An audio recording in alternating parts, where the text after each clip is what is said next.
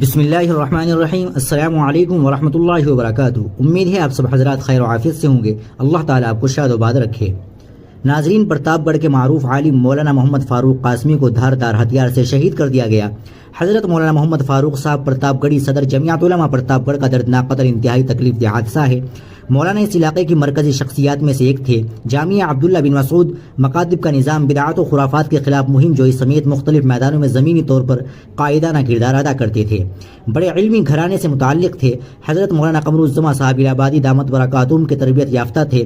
زمین کے تنازع میں آج ایک غیر مسلم حریف نے انہیں گھر بلا کر دھوکے سے قتل کر دیا۔ انا للہ و انا الیہ راجعون۔ جمعیت علماء ہند کے صدر و ناظم عمومی کا اظہار ملال اور پولیس انتظامیہ سے سخت کارروائی کا مطالبہ۔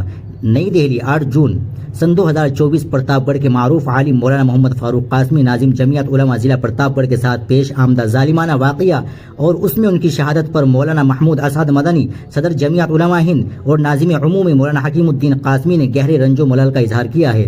واضح ہو کہ مولانا کو ان کے وطن سونپور گاؤں میں کچھ افراد نے دھاردار ہتھیار سے شہید کر دیا اور لاش گھر کے سامنے چھوڑ دی۔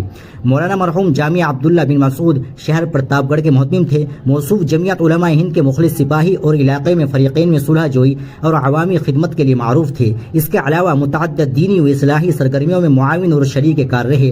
ان کے خسر مولانا یار محمد خان رحمۃ اللہ علیہ، حضرت شیخ الاسلام مولانا حسین احمد مدنی رحمۃ اللہ کے خاص شاگرد اور خادم تھے۔ پورا خاندان خانوادہ مدنی کی محبت و عقیدت کا اسیر ہے اور گھر کا ہر فرد حفظ قرآن کی نعمت کا حامل ہے۔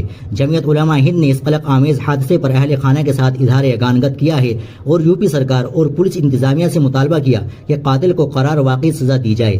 اس موقع پر صدر جمعیت علماء ہند نے جمعیت کے جمیع احباب و متعلقین اور ارباب مدارس سے مولانا موصوف کے لیے ایصال ثواب اور دعائے مغفرت کے اہتمام کی اپیل کی ہے اور دعا گو ہے کہ اللہ تعالیٰ پسماندگان کو صبر جمیل عطا فرمائے اور مرحوم کو جنت الفردوس میں اعلیٰ مقام حاصل ہو۔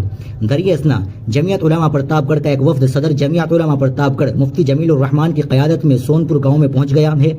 وفد نے پولیس انتظامیہ سے ملاقات کر کے مطالبہ کیا ہے کہ قاتلوں کو فوراً گرفتار کیا جائے اور اہل خانہ کو تحفظ فراہم کیا جائے۔ مزید اہل خانہ کو 50 لاکھ مالی معاوضہ دیا جائے۔